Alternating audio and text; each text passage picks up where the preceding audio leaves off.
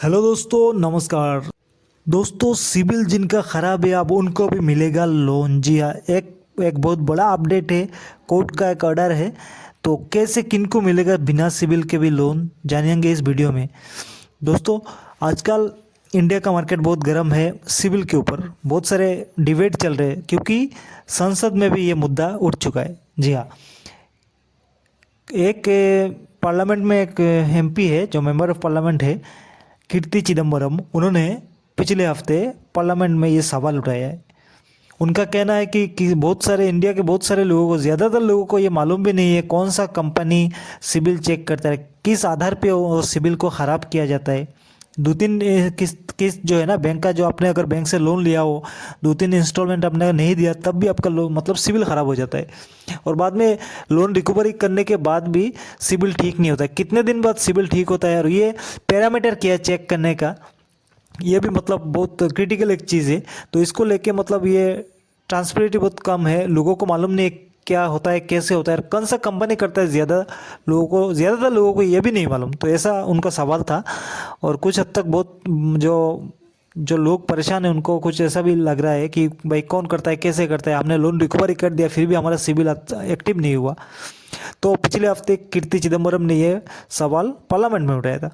देखिए दोस्तों, आजकल बाज़ार में बहुत सारे ऐप है, हम मिल जाएगा आपको प्ले स्टोर में, गूगल के जाके, जिस ऐप में जाके आप सिविल चेक कर सकते हो। मतलब सिविल चेक करने वाला ऐप आप डाउनलोड कर लोगे और मतलब कर सकते हो। लेकिन इसमें एक खामियां भी हमें दिखाई देता है। बहुत अलग अलग मतलब ऐप का अलग अलग सिविल स्कोर दिखाई देता है। तो दोस्तों, स्वागत है आज के एक नए वीडियो में। और इस वीडियो में हम बात करेंगे, ऐसे एक ऑर्डर आया है जो सिविल जिनका ख़राब है उनको भी लोन मिलेगा। कैसे मिलेगा यही वही जानेंगे इस वीडियो में। तो दोस्तों, मैं जो कह रहा था कि बहुत सारे ऐप मार्केट में है मतलब सिविल चेक करने का। जैसे लोन लेने का बहुत सारे ऐप है, लोन ऐप के माध्यम से लोन रजिस्टर करके और बैंक के माध्यम से आपको लोन मिलता है। वैसे सिविल चेक करने का भी बहुत सारे ऐप है। और गूगल पे जो है, हम लोग गूगल पे से पेमेंट वगैरह करते हैं, वॉलेट, उस पर भी चेक करने का मतलब एक ऑप्शन है। और देखिए, मैं जो कह रहा हूँ ना, बहुत सारे अलग अलग ऐप है जिनमें सिविल आप चेक करो तो अलग अलग सिविल दिखाता है। किसी का 750 दिखाएगा, किसी का 600 दिखाएगा। एक ही पैन नंबर का सिविल अलग अलग ऐप में अलग अलग दिखाता है। देखिए, मैं गूगल पे में जब मैंने चेक किया तो मेरा सिविल क्या दिखा रहा था, मुझे एक अलग बैंक से दिखाया गया, मैंने उस बैंक से लोन लिया, उसको रिकवरी भी दिखाया गया, जबकि मैंने उस लोन से लिया भी, मतलब उस बैंक से लोन लिया भी नहीं। अगर किसी को चाहिए मैं स्क्रीनशॉट भी दे सकता हूँ, क्योंकि मैं जिस क्षेत्र में आता हूँ ना, उसमें उस मतलब बैंक का ब्रांच भी नहीं है और ऑनलाइन भी अवेलेबल नहीं है। और क्योंकि मैंने उन लोगों का कस्टमर केयर में फ़ोन किया था और मेरे एड्रेस बोला, मैंने अपना पिन कोड बोला, तो उन्होंने कहा आपके एरिया में हमारा बैंक का फेस मतलब वो लोन वाला मतलब अवेलेबल नहीं है। तो मैंने कहा तो मेरे नाम पे तो दिखा रहा है कि सिविल चेक करके आपके बैंक से मैंने लोन लिया और रिकवरी हो चुका है। तो उन्होंने कहा उनको कुछ मालूम नहीं। तो ये बहुत बड़े बड़े मुद्दे होते हैं।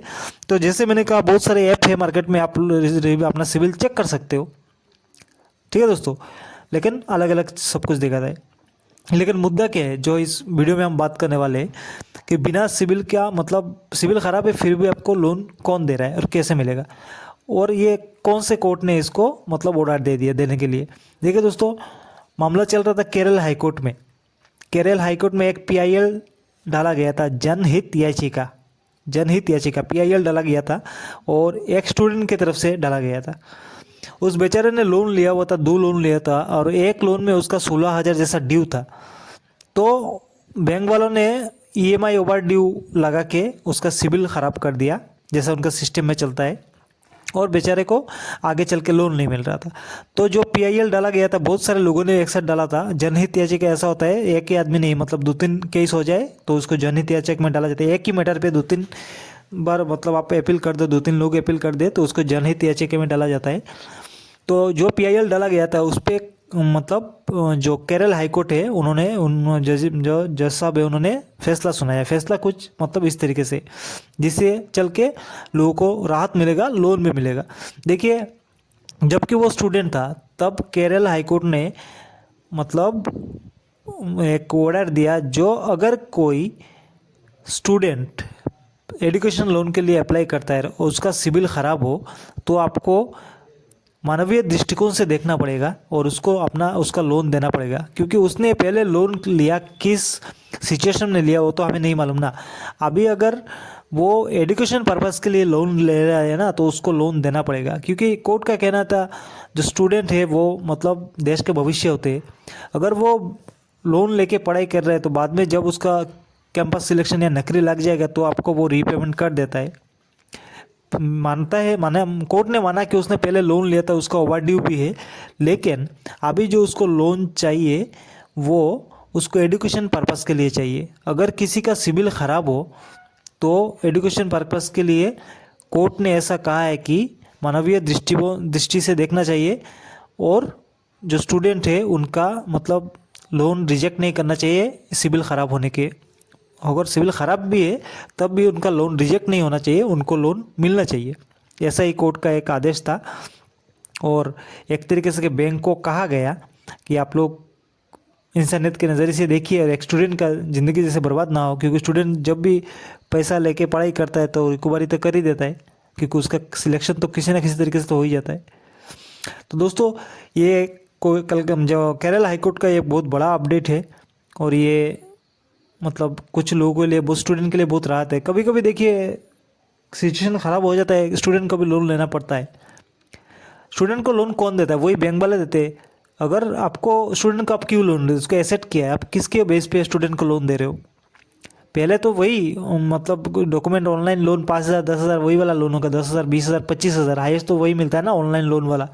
प्रीवियस में ऑनलाइन जो लोन मिलता है वो 7,000 से लेकर 25,000 के अंदर ही मिलता है, वही लोन लिया होगा। और किस सिचुएशन में उसने लोन लिया होगा स्टूडेंट ने, ये तो हमको भी नहीं मालूम। हो सकता है सही में मुसीबत था या तो फिर कुछ और चीज़ के लिए लिया होगा।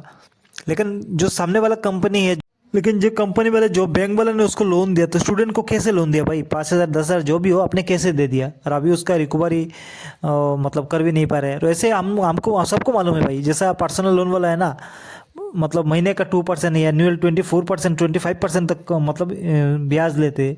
इसके लिए तो पिछले महीने रिजर्व बैंक ने बहुत सारे ऐप को भी बंद भी किया हुआ है। तो दोस्तों ये जो केरल हाईकोर्ट का ये एक ऑर्डर है, बहुत बढ़िया ऑर्डर है स्टूडेंट के लिए सही से, और आगे चल के बहुत सारे लोगों को इसका फ़ायदा भी होगा। तो ये पूरा इंडिया में लागू होगा या पूरा केरल में लागू होगा आश्रम में, ये तो फिलहाल जब कल केरल हाईकोर्ट का ऑर्डर है तो अगर सारे बैंक इसको मानेंगे तो जो स्टूडेंट के लिए वो बढ़िया रहेगा। आने वाले दिनों में स्टूडेंट का मतलब एजुकेशन लोन नहीं फंसेगा, उसका उन्होंने पहले जो लोन लिया होगा इसके कारण से आने वाले दिनों में उनका एजुकेशन लोन नहीं फंसेगा, वो लोग निकल जाएंगे। तो दोस्तों ये एक अपडेट था, ऐसे बहुत सारे अपडेट मैं लेके आता रहता हूँ। तो प्लीज़ वीडियो को लाइक शेयर कर दीजिएगा और चैनल को सब्सक्राइब जरूर कीजिएगा। मिलते हैं अगले किसी वीडियो में, तब तक के लिए जय हिंद।